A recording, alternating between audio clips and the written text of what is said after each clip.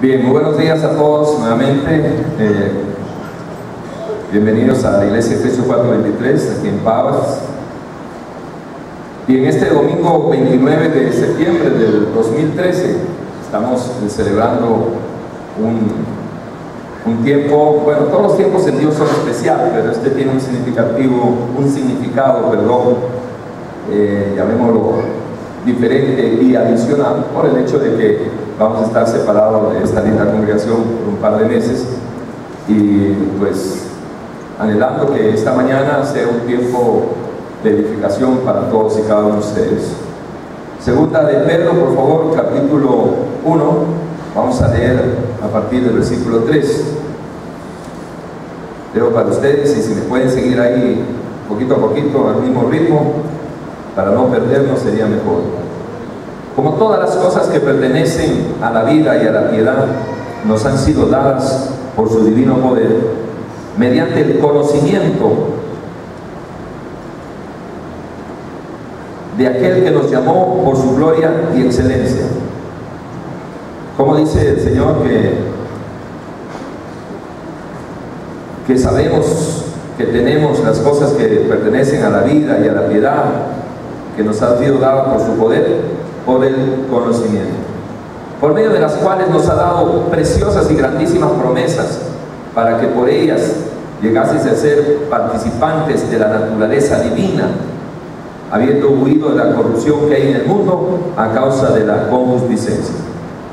Vosotros también, poniendo toda diligencia por esto mismo, añadid a vuestra fe virtud, a la virtud conocimiento, al conocimiento dominio propio, al dominio propio paciencia, a la paciencia piedad, a la piedad afecto fraternal, y al afecto fraternal amor. Porque si estas cosas están en vosotros y abundan, no os dejarán estar ociosos ni sin fruto en cuanto al conocimiento de nuestro Señor Jesucristo. Pero el que no tiene estas cosas tiene la vista muy corta, es ciego, habiendo olvidado la purificación de sus antiguos pecados. Por lo cual, hermanos, tanto más procurad hacer firme vuestra vocación y elección, porque haciendo estas cosas no caeréis jamás. ¿Cuáles cosas? Del 9 al 3. Porque de esta manera os será otorgada amplia y generosa entrada en el reino eterno de nuestro Señor y Salvador Jesucristo. Por esto, yo no dejaré de recordarles siempre estas cosas, aunque vosotros las sepáis y estéis confirmados en la verdad presente. Pues tengo por justo, una necesidad imperiosa, porque tengo por justo, en tanto que estoy en este cuerpo, el despertaros con amonestación, sabiendo que en breve debo de abandonar el cuerpo, como nuestro Señor Jesucristo me ha declarado. También yo procuraré con diligencia que después de mi partida vosotros podáis en todo momento tener memoria de estas cosas. Padre querido, precioso Señor, ayúdanos que en este tiempo de la predicación, de la enseñanza de su palabra, todos unánimes decidamos, espiritual y cuerpo, todo nuestro ser integral, estar prestos para oír, para buscar el entendimiento, la sabiduría que viene de parte suya, Señor. Y así, con el conocimiento justo y necesario, vital para nuestras vidas, podamos ponerlo en práctica el resto de nuestros días hasta que nos encontremos con usted, Señor. Que ese sea el anhelo de cada uno de los que están aquí y escuchando este CD y viendo este video. Gracias, Señor. Amén. Amén. Pueden sentarse, hermanitos. Agradecerles que apaguen su celular. Agradecerles que apaguen su celular. Y permítame hacer un movimiento, David diría, un movimiento apostólico. Hermana, haz un favorcito, puede sentarse aquí, detrás de Jimmy. Sí. Dicen que es mejor que uno se siente atrás y que después lo llamen, a que si uno se siente adelante. ¿verdad? Y después que lo manden para atrás. Este no es el caso de ellos, que no hay variación. Pero esto es para que se fija, para que me queden 3 campos. Hermano pastor, ya que viene de Panamá, imagínese allá atrás de repente con ese calorcito, se nos duerme, venga con su cosita y con nuestro hermano ahí que lo ha invitado. Aquí hay 3 lugares para ustedes, por favor. Venga, se pasen por aquí, porque allá ahorita empiezan a roncar. Hay un buen calorcito y todo el asunto.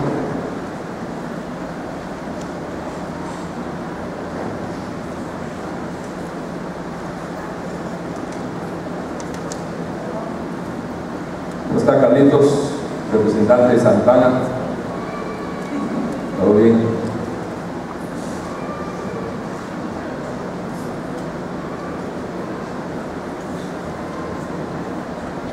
Eso porque me cayó bien el pastor. Si me hubiera caído mal ahí se queda sentado en la vida, apago las luces para que se duerma más rápido.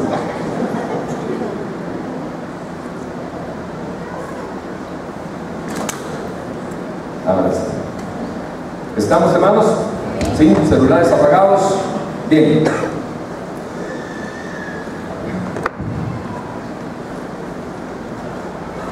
Pelee por su bendición, por favor. Aquí hay una secuencia que quisiera resaltar para que ustedes tengan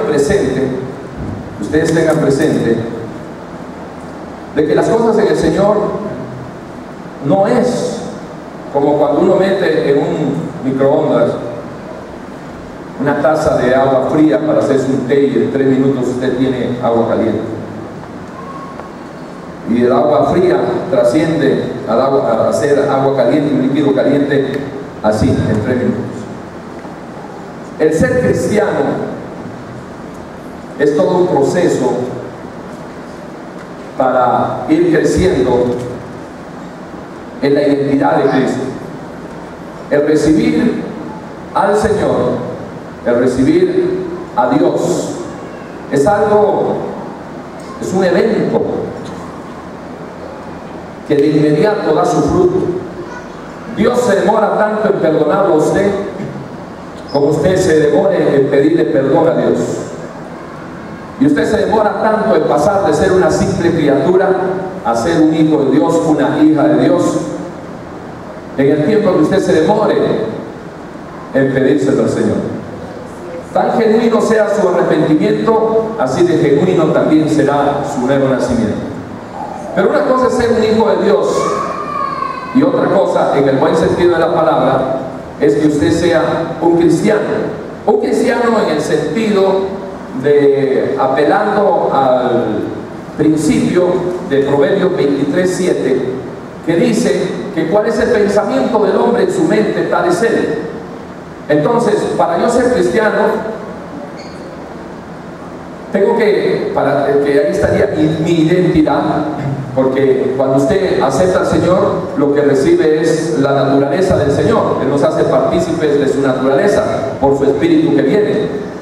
Pero la identidad no está en su naturaleza, la identidad está en lo que usted es, y usted es lo que usted tiene aquí en su mentecita. ¿Cuál es el pensamiento suyo en su mente? Tal es usted. Entonces, para ser cristiano en ese sentido, usted tiene que procurar lo que nos ofrece el Señor en 1 Corintios 2:16, cuando habla acerca de que nosotros tenemos, aquellos que han aceptado al Señor y ya son hijos de Dios, nosotros tenemos no solo el Espíritu de Dios, sino también la mente de Cristo. Y dice el Señor, hey, ¿ustedes ignoran que tienen la mente de Cristo? Ahora, ¿cómo podemos llegar a tener la mente de Cristo? Bueno, es todo un proceso a través de lo que es Efesios 4:22, despojándose del viejo timón. En el momento que yo nazco, mi vida no cambia, porque cambia mi naturaleza. Efesios 4:22 es el inicio del proceso para llegar a ser cristiano, es decir, en la línea de tener la mente de Cristo. Entendemos que Romanos 8:9 también dice de que todo aquel que tiene el Espíritu de Cristo es de Él. Sí, pero no estamos hablando en esa línea, estamos hablando en la línea de lo que es la identidad, porque recuerde que somos seres tripartitos y tenemos un cuerpo, tenemos un espíritu, pero somos un alma. Entonces usted tiene que entender de que en esa esencia de lo que somos, como seres tripartitos, hay que cuidar esas tres áreas. Y yo tengo un cuerpo, tengo que cuidarlo físicamente con lo que me alimento, etcétera, etcétera. Tengo un espíritu, que para eso está la palabra, ¿verdad? Una vez que ya recibí el Espíritu de Dios, para eso está el alimento espiritual por excelencia, que es la palabra. Pero en lo que respecta a mi identidad, yo no soy un cuerpo, yo no soy un espíritu, aunque ciertamente en su esencia soy un ser espiritual metido en un cuerpo físico. Pero sobre el tema, espero que me estén siguiendo, sobre el tema somos, mi identidad está en lo que yo soy. Porque ¿cuál es el pensamiento de Tibor? De póngale su nombre, tal es usted. Entonces, si yo quiero pasar, trascender de ser un hijo de Dios, porque ya dejé de ser una criatura, vengo a ser un hijo de Dios, pero no se conformen con ser un hijo de Dios, tienen que renovar el espíritu de su mente, Efesios 4:23. Entonces, en ese proceso es de que usted va a ver la diferencia de su vida. ¿Por qué mucha gente acepta al Señor y de repente pasan meses o a veces hasta años y uno no les ve el cristianismo en ellos? Pero uno tiene idea, tiene conocimiento de que en algún momento ellos aceptaron al Señor, dándoles el beneficio de que realmente hayan nacido de nuevo, de que haya sido genuino su arrepentimiento, dándoles ese beneficio de la duda. ¿Por qué fue que al tiempo, sea poco o sea mucho, por qué al tiempo perdieron su condición de hijos de Dios? Pablito, si me puedes ayudar, Anthony, perdón, si me puedes ayudar con el micrófono, te lo agradecería. ¿Por qué fue de que perdió esa condición? La puerta de atrás está abierta, por favor. Son las 11 de la mañana, si viene alguien que por lo menos le empuje ya que llega tarde. Gracias. ¿Eso pasa para nada? Sí, ok, gracias. Me siento. Yo pensé que solamente aquí. Ok, gracias, hermanos. Bien, entonces, ¿qué estamos?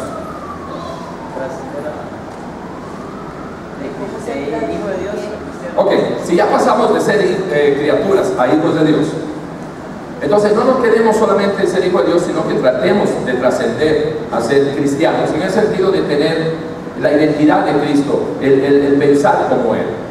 Ahora fíjense, hay muchas cosas que nosotros no vamos a poder alcanzar, no vamos a poder llegar a ser, si es que no entendemos, si no entendemos algunas cosas que el Señor anhela en su corazoncito, de que la gente sea entendida en su palabra. Por ejemplo, ¿cómo vamos a llegar a entender las cosas si no tenemos información? Si no tenemos información, no tenemos conocimiento. Si no tenemos información de los pensamientos del Señor, si no tenemos ni idea de cuáles son las expectativas de Dios para mi vida, qué espera Dios de mí, qué puedo esperar yo de Él. Si no sé nada de eso, si no tengo esa información, se va a repetir lo que escrito está, de que el pueblo de Dios pereció por falta de conocimiento.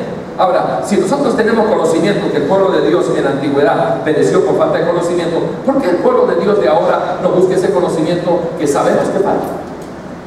Ya sabemos de que el conocimiento era lo que le faltaba al pueblo y el pueblo fue destruido por falta de conocimiento y el pueblo fue llevado cautivo por falta de entendimiento. Ahora, si eso lo sabemos nosotros en este tiempo, porque tenemos la palabra más segura, profética, más segura, que es la Biblia, la Escritura, si todo ya está escrito, si todo está al alcance suyo y al alcance mío, ¿por qué vivimos por debajo del nivel de vida que Dios anhela para cada uno de sus hijos? Y estamos muy lejos de vivir de la manera que Dios quisiera, porque al ritmo del reggaetón no vamos a ir a ningún lado, al ritmo de la batialabanza y chiquialabanza y toda esa basura no vamos a ir a ningún lado. O empezamos a conocerlo a Él, o nos vamos a morir con un riesgo muy alto de morir sin Él. Porque ¿cómo podemos llegar a amar a una persona que no conocemos? ¿A dónde llegaríamos con esta propuesta? A la que la mayoría de la gente no ama a Dios. ¿Y por qué no lo aman? Porque no lo conocen. Entonces, ¿de qué estamos hablando? ¿Religión evangélica versus religión católica? ¿Qué es esto? ¿Una misa evangélica? ¿Y se salieron de la misa católica? ¿Qué es lo que nos pasa? Entonces, si hay una necesidad y la sabemos, ¿por qué no tratamos de suplir esa necesidad? Si en lo básico, en lo natural, eso se da, ahora, con mayor razón debería de ser en lo espiritual, pero no se ve eso, no se nota. Por lo menos no se nota en mucha gente que dice que es de corte cristiano. Entonces, esta es una guerra de argumentos. El Señor nos habla en 2 de Corintios capítulo 10, versículo 5. El Señor nos habla de que esto es una guerra de argumentos. Los argumentos de este sistema anticristiano versus los argumentos que usted debería de tener en la palabra, porque las armas nuestras no son carnales, sino son poderosas de Dios. ¿Para qué dice? Para destruir toda fortaleza, todo argumento, toda fortaleza que se levante en contra de lo que piensa Dios, en contra de lo que siente Dios. El Señor dice en su palabra de que haya pues, uno de sus deseos, haya pues ese mismo sentir que hubo en Cristo.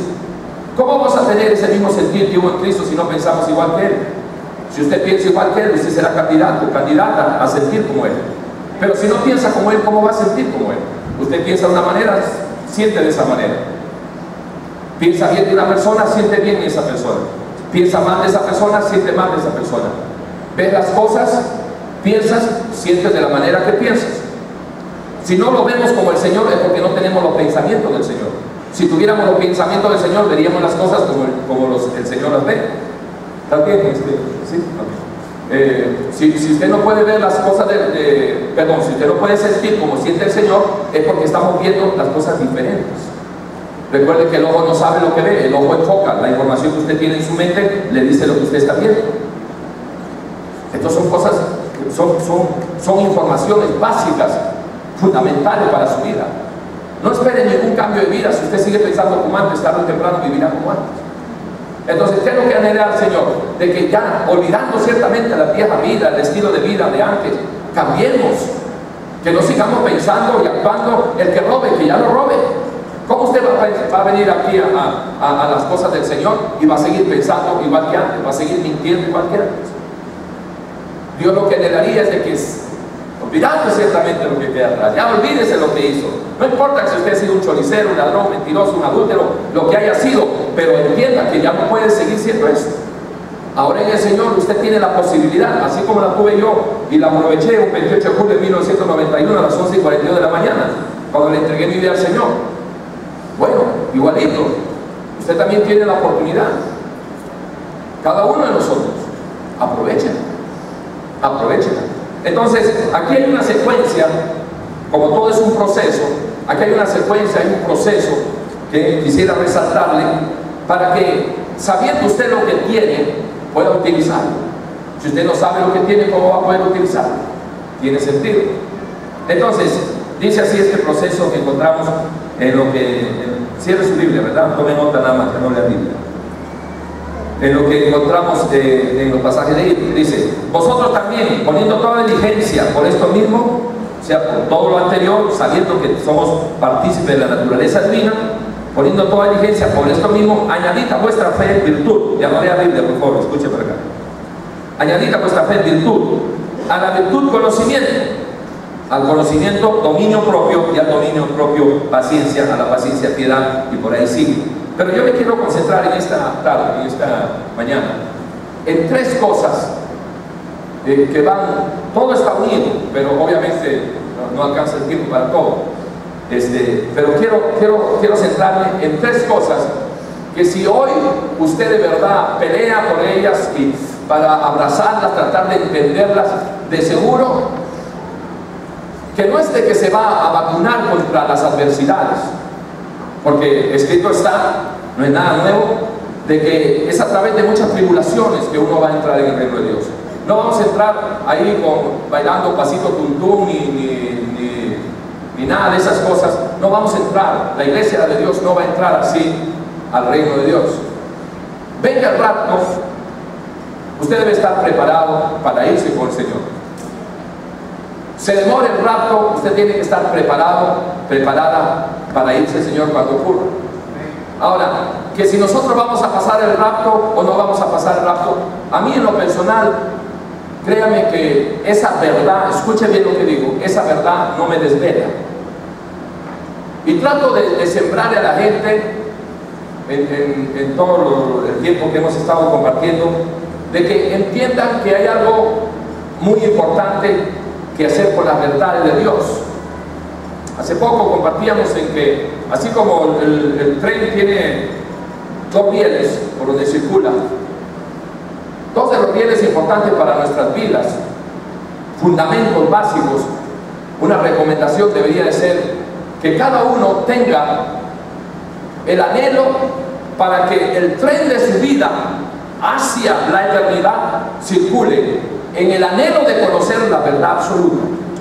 Un riel anhele conocer la verdad absoluta, y en el otro, obviamente estamos hablando de Dios, y en el otro riel que usted anhele el caminar, el otro riel que esté hecho, formado, estructurado en la obediencia a esa verdad absoluta.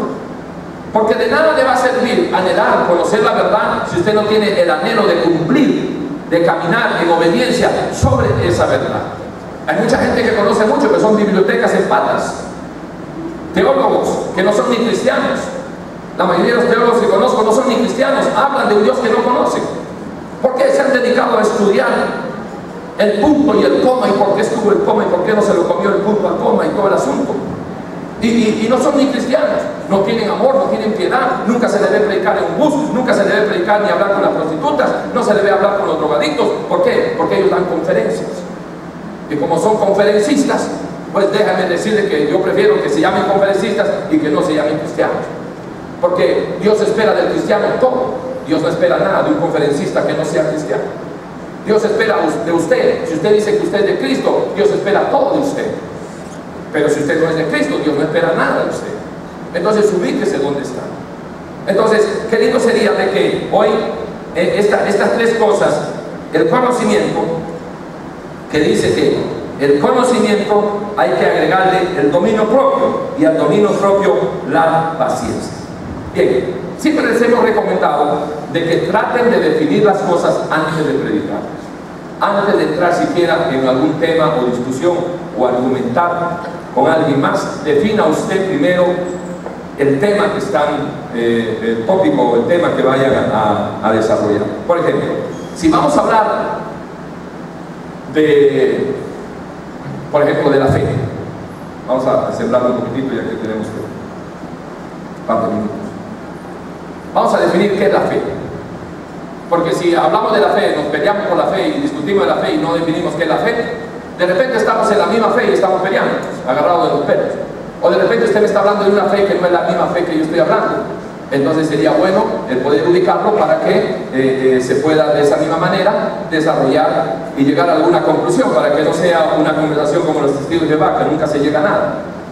Ellos dicen sus 23 versículos que le dan vuelta, nosotros decimos los 4 que conocemos, porque casi siempre ellos conocen 23 y el cristiano conoce 3 o 4, por eso le meten una sopateada que cuando un cristiano ve un testigo de Jehová, bueno, un cristiano no, un creyente, un testigo de Jehová sale corriendo, ¿verdad? Y pone a todo el mundo a mentir, dígale que no estoy.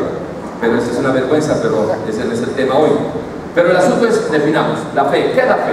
Bueno, la fe en términos muy sencillos es, y muy generales, fe es creer en algo o en algo. Fe es tener confianza en lo que conocemos,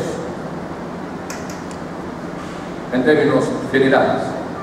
Ahora bien, hay diferentes tipos de fe. Está la fe natural, y también uno más para fe, para poder enganchar a lo que sigue. Fe también es fruto del conocimiento. Fruto del conocimiento, porque lo conozco, eso es lo que voy a creer, porque eso es lo que voy a depositar mi confianza, sea lo que sea. Ahora bien, ahora definamos tipos de fe. Tenemos la fe natural y tenemos la fe espiritual. Y tenemos la fe de Cristo, la fe de Dios, la fe de las Escrituras. 3 tipos de fe. La fe natural, aquella que es fruto del conocimiento de la información natural. La fe natural se descansa en una conciencia natural. La conciencia natural es el fruto de la información natural. Entonces, ese fruto de la información natural le da a usted la posibilidad de poder manejarse a través de todo lo que está en su entorno y medio entender las cosas que pasan en su entorno, de lo que ve y de lo que oye. Fruto de la información natural, una conciencia natural. Después está el fruto de la conciencia espiritual. Espiritual es generalizando todo lo que es espiritual, es decir, fuera o por encima de lo natural. Pero no todo lo espiritual es de Dios. Hay mucha gente que cree que es muy espiritual porque dice cosas que no son naturales. Pero usted puede hablar de un montón de cosas que no son naturales y no necesariamente tener la fe de Dios. Digamos, si usted se pone a hablar de las religiones orientales, esa gente también dice que son espirituales. Es más, yo conozco gente hasta que levita. Conozco gente que camina ahí por los techos y que son espirituales. Fruto, tienen una fe espiritual, ¿sí? Tienen fe en lo que han aprendido de religiones que están involucradas en gnosticismos, están involucradas en todo tipo de ritualismo, que están por encima de lo natural, pero que no viene esa información espiritual de parte de Dios. Eso existe cuando usted encuentra la palabra que dice que hay una sabiduría que no viene de Dios, sino que es animal, que no viene de lo alto, sino que es animal, terrenal y diabólica.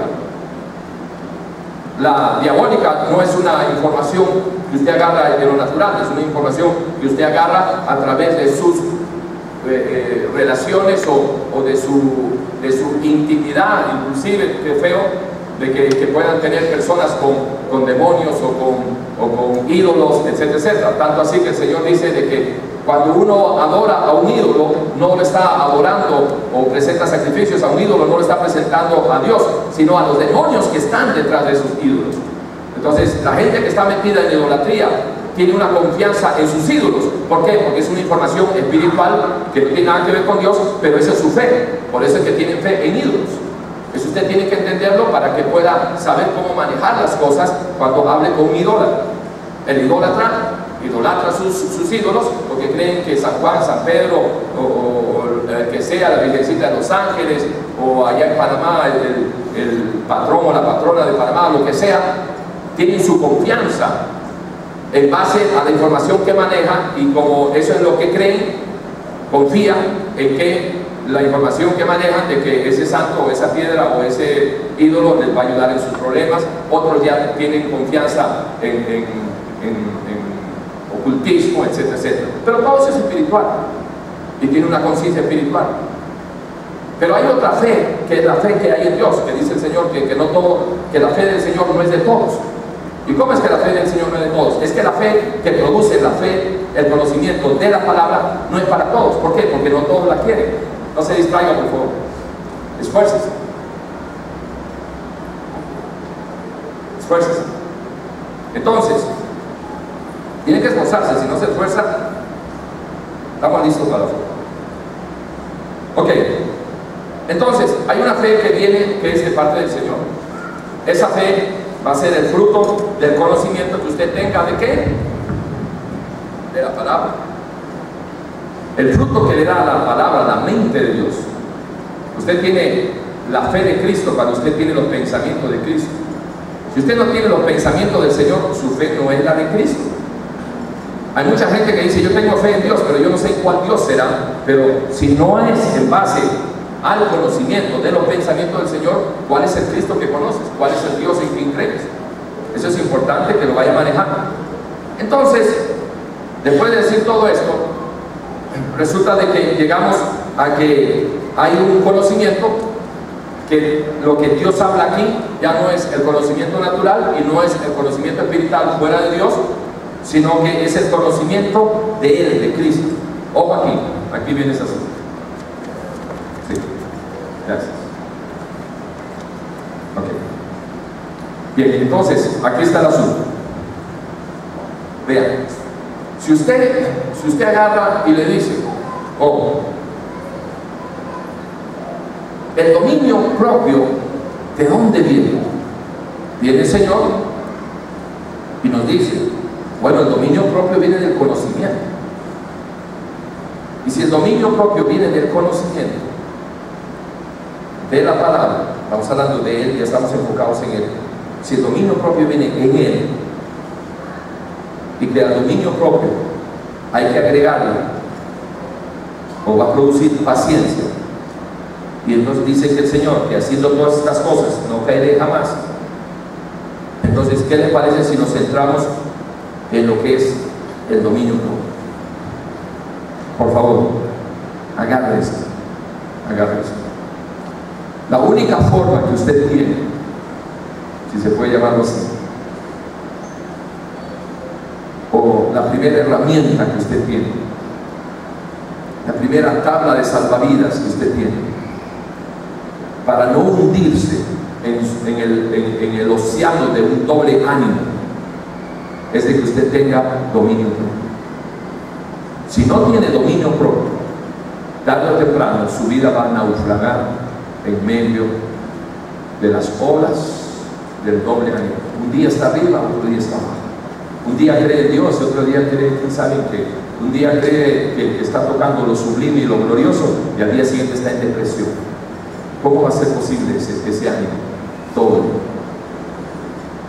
¿Por qué así? Falta de dominio propio.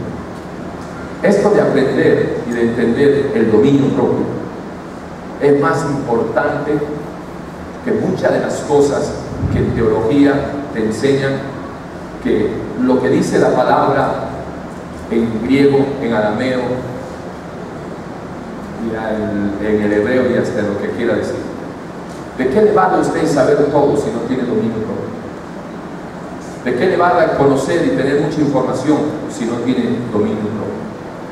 De nada, absolutamente nada. Entonces, si no he escuchado nada hasta ahorita, porque ha sido una pequeña recopilación para los que no escuchan o no han escuchado antes una plataforma como esta, que es necesaria para el entendimiento de lo que vamos a estar compartiendo. Lo anterior era para gente que no nos han escuchado antes, y yo sé que para ustedes quizás un pequeño refrescamiento, nada más.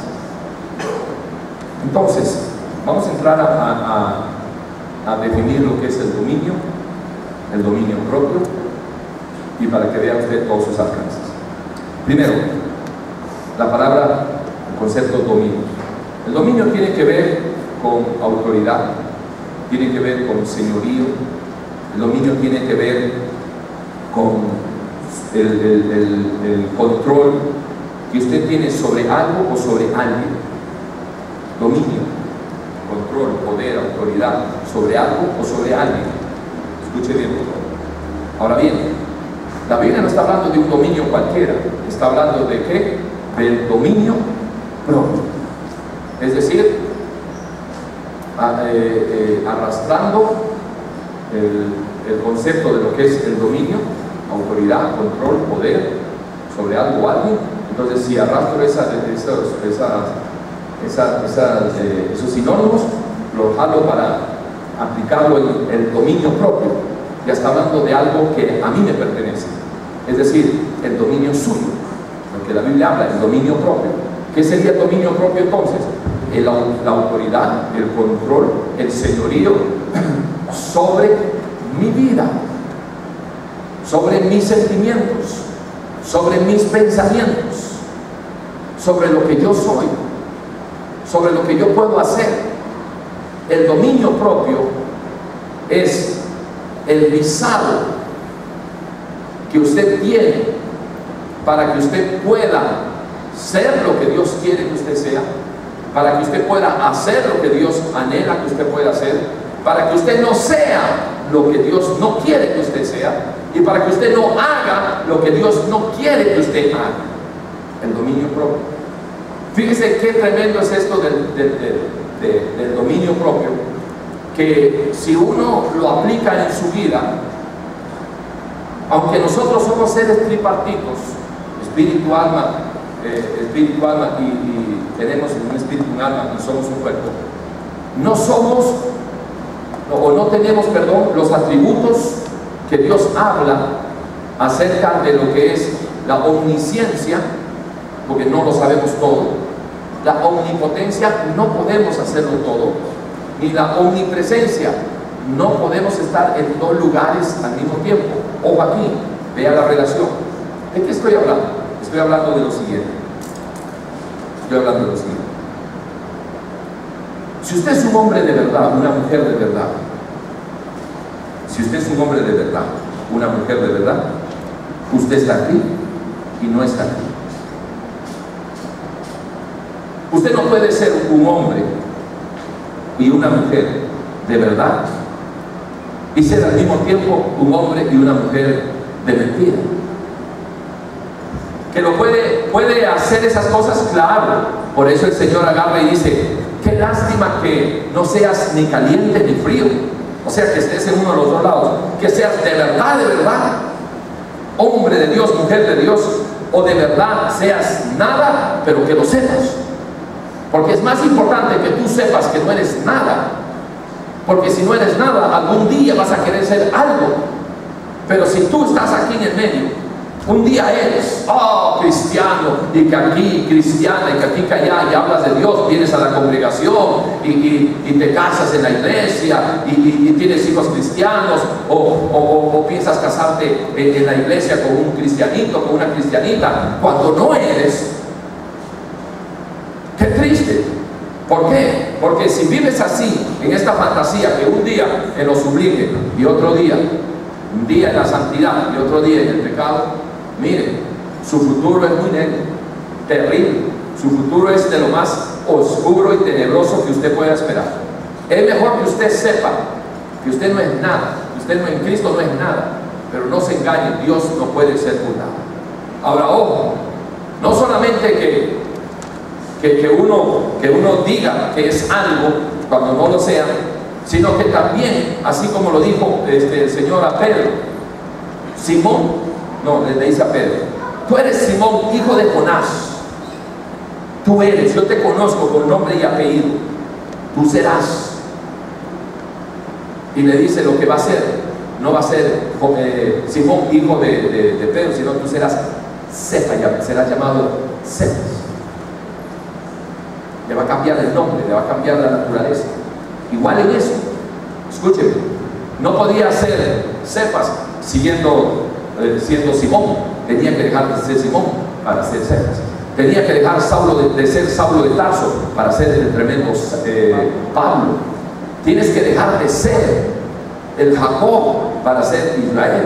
Tienes que dejar de ser el mentiroso, el que tú eres, el choricero, el bueno para nada, si quieres llegar a ser lo que Dios quiere que tú seas. No se engañen. Es tiempo y de que cada uno se ubique. Y sobre todo, lo más triste, que hay tanta gente de que se engañan a sí mismos y andan viviendo engañando a otros. Y dice el Señor que su final va a ser terrible, engañando y siendo engañados. ¿Cuántas veces no conocemos de gente que se ha casado y de repente se divorcian? Y uno dice: ay, pero no decían que el matrimonio en Cristo era sólido y estable y qué sé yo. Sí, pero es que entró una loba por allá y se sentó ahí. Y después entró un lobo por allá y se sentó aquí. Esta venía a ver qué agarraba, y el otro venía a ver qué agarraba. Y de repente ahí, samueleando, el que es verdadero siervo no mira a alguien que no sea sierva para él. La que es verdadera sierva no mira a alguien que no sea verdadero siervo para él. Entonces, la sierva y el siervo, cuando son de verdad, no se juntan en yugo desigual, no se meten en yugo desigual. Pero cuando no son, entonces, como cada uno juzga por su propia condición, entonces el ladrón siempre está pensando como ladrón, y el vivazo como vivazo, y el que engaña como engañador, y entre ellos mismos se enredan en los mecates, y cuando te das cuenta, llegan, se casan, y cuando salen se dan cuenta de que ni él era lo que la mentirosa pensaba, y ni el mentiroso encontró con que era la otra, y ahí viene la ensalada, y después se divorcian. ¿Y qué fue? Dios, que se las sabe todas, digo: aquí viene una loba y aquí viene un lobo, los voy a juntar para que se vayan a hacer lobitos por otro lado. ¿Y qué fue lo que pasó? No le eche la culpa a Dios. ¿Usted no cree de que si uno de los dos hubiera sido de verdad, no se hubiera dado cuenta que el otro no es de verdad? Entonces, ¿dónde está el dominio propio? Es que a mí sí me gusta esa chiquita y a mí me gusta ese chiquito. Sí, pero si no son, primero tiene usted que tener identidad para que sepa usted que usted es. ¿Cómo podemos saber si alguien es yugo desigual, mi querido Gustavo? ¿Cómo podríamos saber si alguien está en yugo desigual si usted no sabe quién es? Para saber si es yugo desigual, usted tiene que saber quién es. Yo estoy parado aquí. Ok, los que están por este lado, estamos en la misma línea. Los que están por este lado no son igual que yo, entonces sería yugo desigual. Pero si yo no sé dónde estoy parado, ¿cómo sé cuál es cuál? tiene sentido. Por eso hay tanta gente que se casan entre impíos, entre mentirosos, entre choriceros, entre vivazos. Y dos vivos, de seguro, un vivo o una vivaza, entre vivos, ¿sabe qué es lo que pasa? Matan el matrimonio. Porque son tan vivos que lo matan. Entonces, por ahí va el asunto. Pero bueno, lo que nos interesa hoy, el asunto del dominio propio, ya entendiendo, ¿verdad?, de que el dominio es el control que yo tengo sobre mi vida en todas las áreas, espiritual, en lo intelectual y en lo físico. En lo físico. Ahora, ojo aquí. Cuando dice el Señor su palabra que cuando el impío es quien gobierna, el pueblo gime. Entonces, cada uno tiene que entender bajo qué autoridad vive. Si usted vive bajo la autoridad de Dios, o usted vive bajo la autoridad de Satanás, o usted está viviendo bajo su propio dominio propio, bajo su propia voluntad, bajo su propio ejercicio de su libre albedrío. Cuando usted está de verdad, ha nacido de nuevo y usted está permaneciendo en la palabra, usted está en el reino de Dios, usted vive sujeto a la obediencia, a los pensamientos de Dios, a la autoridad de Dios. Entonces su libre albedrío va a estar protegido, porque toda decisión que usted tome de la mano con Dios, ahí usted va a ver que el bien suyo está en medio de las decisiones que tome, en su dominio propio, en su sujeción y obediencia a la palabra de Dios. Pero si usted no está caminando, escuche bien, si usted no está caminando en santidad, es imposible que usted esté en el reino de Dios. El pecado no puede estar en el reino de Dios. Y si no está en el reino de Dios, ¿usted dónde cree que está? ¿En Acapulco? ¿En Tamarindo? ¿En Flamingo? No, si usted no está en el reino de Dios, usted está en el reino de Satanás, aunque usted no lo crea. Los frutos le van a enseñar a usted que realmente usted está ahí. ¿Qué es lo que ha hecho en su vida hasta ahora? Nada. ¿Qué es lo que ha logrado en su vida hasta ahora? Nada. ¿Cuál es la huella que está usted dejando ahora con sus 15, 20, 25, 30, 45, 50 años? Cuando usted mira hacia atrás, ¿qué ve? ¿Cuáles son sus huellas? Son tan difusas porque cuando usted no camina bien, sino que arrastra los pies. Hay gente que no camina, hay gente que va arrastrando todo, su orgullo, su honor, ahí van arrastrando, pisoteando gente, y todo el que se le atraviesa le hace daño. Mujer que se la atraviesa le hace daño, hombre que se la atraviesa le hace daño. Una vez me llamó un muchacho cuando teníamos como unos meses nada más en cuando estábamos en la emisora, me llamó un muchacho y me dice, después de un mensaje, me dice: pastor, yo soy esa persona, pero idéntica a la que usted ha descrito en el mensaje. Pero ya no puedo seguir así. Nunca más volví a saber. Vino una consejería, la atendí 3, 4 horas, lo que sea. Nunca más supe de él. No sé cómo está, espero que esté bien.